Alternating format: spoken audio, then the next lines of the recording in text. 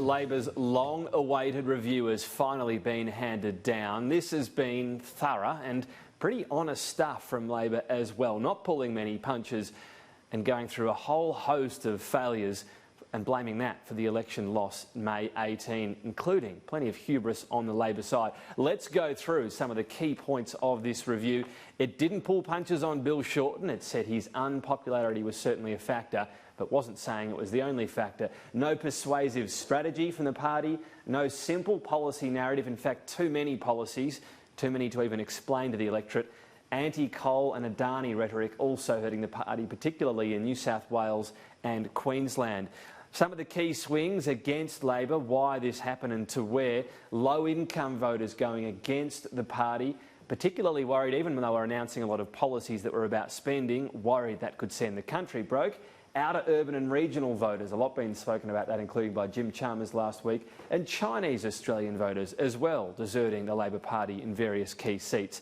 Recommendations. This is the key. This is what Labor wants to focus on now. Let's look forward.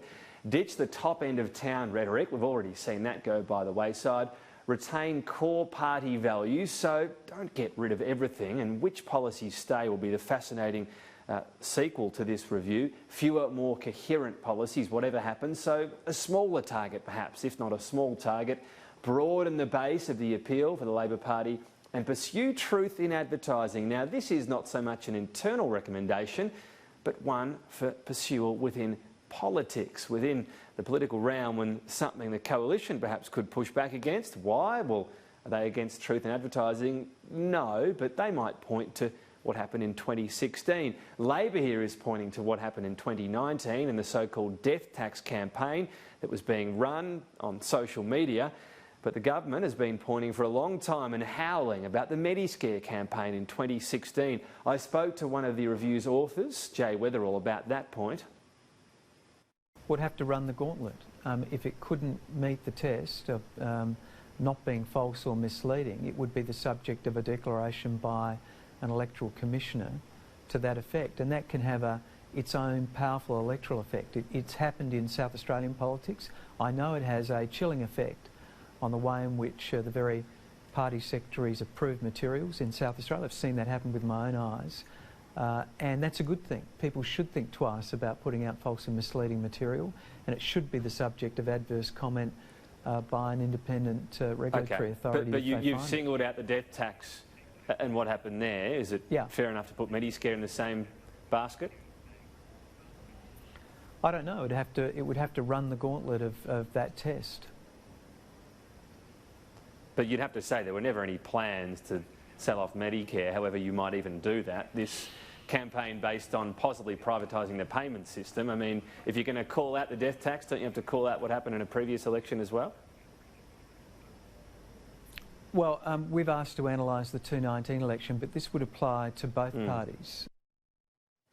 So not his job to necessarily call that out, but saying it would have to run the gauntlet, not saying, yes, it would be fine under these new proposed rules, how they would be pursued. And another interesting aspect of this, capping personal donations with an eye on Clive Palmer and his $50 million spend.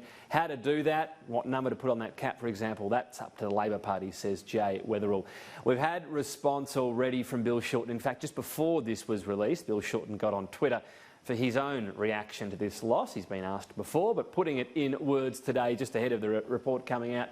Were the universe to grant reruns, I would campaign with fewer messages, more greatly emphasise the jobs, opportunities in renewable energies, and take a different position on franking credits. So he is singling out franking credits there, not saying there wouldn't have been any change at all, perhaps a different policy. In 2018, I presided over a bigger tax cut plan than the Liberals for 10 million working Australians, but I concede with hindsight, when they matched ours, we should have gone bigger again.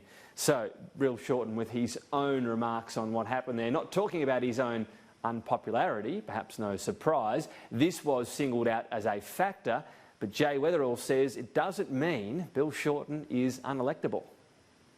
His standing was negatively affected, there's no doubt about that.